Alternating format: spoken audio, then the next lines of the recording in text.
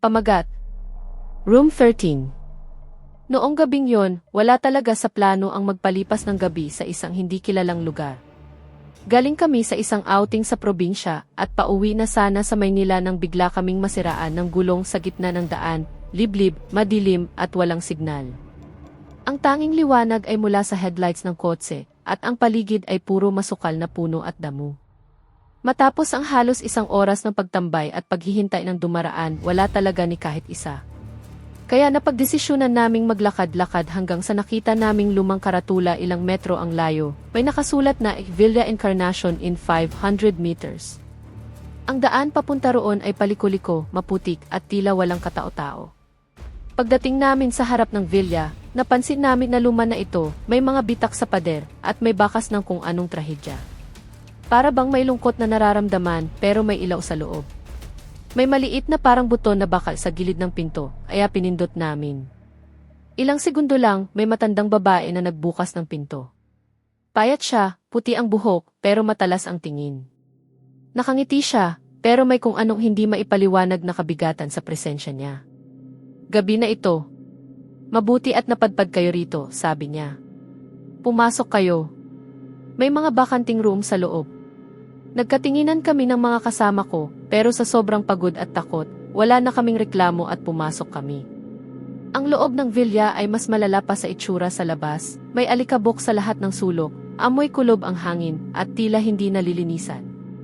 May mga lumang larawan sa pader, mga black and white na portrait ng mga taong hindi namin kilala. At ang pinakakakaiba, ang mga mata sa larawan ay tila sumusunod sa bawat galaw namin. Binigyan kami ng tig-iisang kwarto. Pero dahil sa takot, nagdesisyon kaming magsama-sama sa room 13, ang pinakamalaki raw na available. Pagpasok namin, agad naming naramdaman ang bigat sa loob ng kwarto. Parang may humihigop na enerhiya mula sa paligid. Malamig ang hangin kahit walang aircon o ventilador.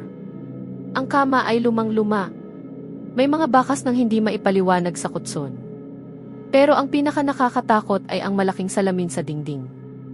Parang hindi ito basta ordinaryong salamin, parang mailalim ito na hindi mo maintindihan.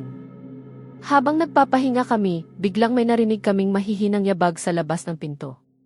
1, 2, 3. Mabagal. Parang paa ng matanda. Tumingin kami sa orasan, 2:00 ng madaling araw. Walang gustong bumangon. Lahat kami nakatitig lang sa pinto habang patuloy ang yabag, paikot-ikot sa pasilyo. Tila may hinahanap. Biglang tumigil. At tumahimik. Hanggang sa may malakas na tok-tok-tok sa mismong pinto ng kwarto namin. Napatigil kami sa hininga. Walang kumikilos. Hanggang sa marahan itong bumukas kahit hindi namin binuksan. At sa may siwang, nakita namin ang isang anino, hugis babae, nakaputi, mahaba ang buhok, at hindi gumagalaw. Pero hindi siya nakatayo sa sahig. Nakabitin siya sa ere. Pumikit kami. Dasal. Halos sabay-sabay kaming sumigaw. At nang dumilat kami, wala na ang anino. Wala ni isa sa amin ang bumangon. At naghawak kamay kami na halos hindi na namin naramdaman ang sakit sa higpit na pagkakahawak.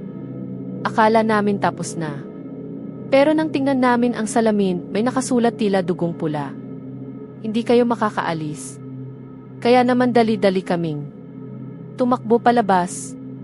Walang pakialam kung wala pang liwanag sa labas.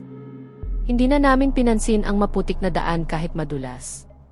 Paglingon namin sa villa, wala na ito. Hindi ko alam kung sa sobrang bilis namin na tumakbo ay mabilis din naming nalayuan ito. Pero nagtaka ako bakit ganun lang biglang naglaho ang villa. Nawala na parang bula. Lumingon ako sa paligid ngunit puro mga kahoy at gubat na lang ang aming nakita. Pero ang pinakakilabot, nang marating namin ang kotse kinabukasan, matapos may dumaan na truck at tulungan kami, nakita naming mailarawan naming 5 na nakasabit sa salamin ng likod ng kotse, black and white. Pareho ng estilo ng mga larawan sa loob ng villa. Napaisip ako siguro yung nakita naming mga litrato sa loob ay yun din siguro ang mga nabiktima ng villa. Hanggang ngayon, hindi namin alam kung saan kami natulog. Hindi rin namin nakita ulit ang Villa Encarnacion, kahit paulit-ulit naming hanapin sa map. Pero gabi-gabi, palagi kong napapanaginipan ang Silid 13. Isang karanasan na nahihirapan akong burahin sa aking isipan. At dito na nagtatapos ang ating kwento. Mag-comment kayo kung naniwala kayo sa multo at kung may narasan kayong ganito. Salamat hanggang sa muli.